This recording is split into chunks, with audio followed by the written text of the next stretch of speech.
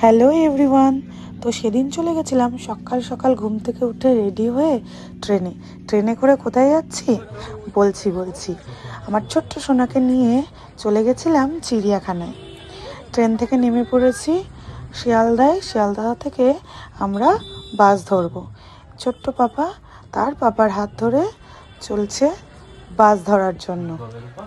বাস কিন্তু আমাদের একদম আলিপুর জুয়ের সামনে নামিয়ে দিয়েছে। টিকিট কেটে আমরা ভেতরেও ঢুকে পড়েছি। ঢুকে দেখি প্রচণ্ড ভিড়। কটা দিন ধরে কিন্তু শীত ভালোই পড়েছে, তাই এই শীতের আমেজ উপভোগ করতে সবাই কিন্তু কোথাও না কোথাও বেরিয়ে পড়ছে ঘুরতে। তাই আমরাও ছোট্ট সোনাকে সাথে করে নিয়ে চলে এসেছি চিড়িয়াখানায়। ঢুকেই সঙ্গে সঙ্গে আমরা দেখা পেলাম হাতির, তারপর একে একে ময়ূর, সিংহ, বাঘ সবটাই দেখে নিলাম। আমার ছোট্ট সোনার কিন্তু ভারী মজা হচ্ছিল, কারণ প্রত্যেক দিন বইতে যাদেরকে দেখে এসেছে আজকে চোখের সামনে তাদেরকে দেখতে পাচ্ছে যে, তাই জন্য সে ভীষণ খুশি।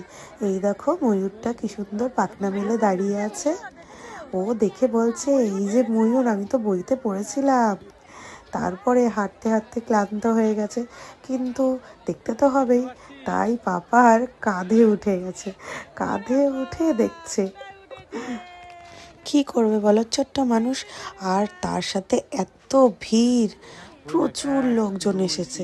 তারপরে আমরা দেখতে চলে এসেছিলাম জিরাফ দেখে তারপরে কিছু খাওয়া দাওয়া করে আমরা চলে এসেছিলাম বাঘের কাছে, বাঘ মামাকে দেখতে। বাঘ মামা তো বেরোই না। অনেকক্ষণ দাঁড়িয়ে থাকার পরে অবশেষে দেখা মিলল বাঘ মামার। এতক্ষণ ধরে যে সবাই তার জন্য অপেক্ষা করে রয়েছে, সে কিন্তু কাউকেই নিরাশ করেনি।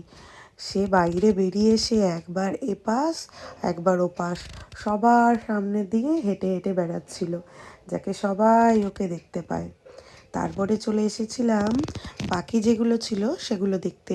কুমির, জলহস্তী, তারপরে সাপ, হরিণ, সবটা দেখে তারপরে আরও অনেক কিছু ছিল যেগুলো আমাদের দেখা হয়নি, কারণ ছোট বাচ্চা তো, ও খুব ক্লান্ত হয়ে পড়েছিল। তাই আমরা আর বেশি কিছু না দেখে ওকে নিয়ে আইসক্রিম খেতে খেতে চলে আসলাম বাড়ি। তো তোমরাও এই শীতের আমেজে কিন্তু ঘুরে আসতেই পারো। তো দেখা হচ্ছে অন্য কোনো ভিডিওয়ে। আজকের জন্য টাটা।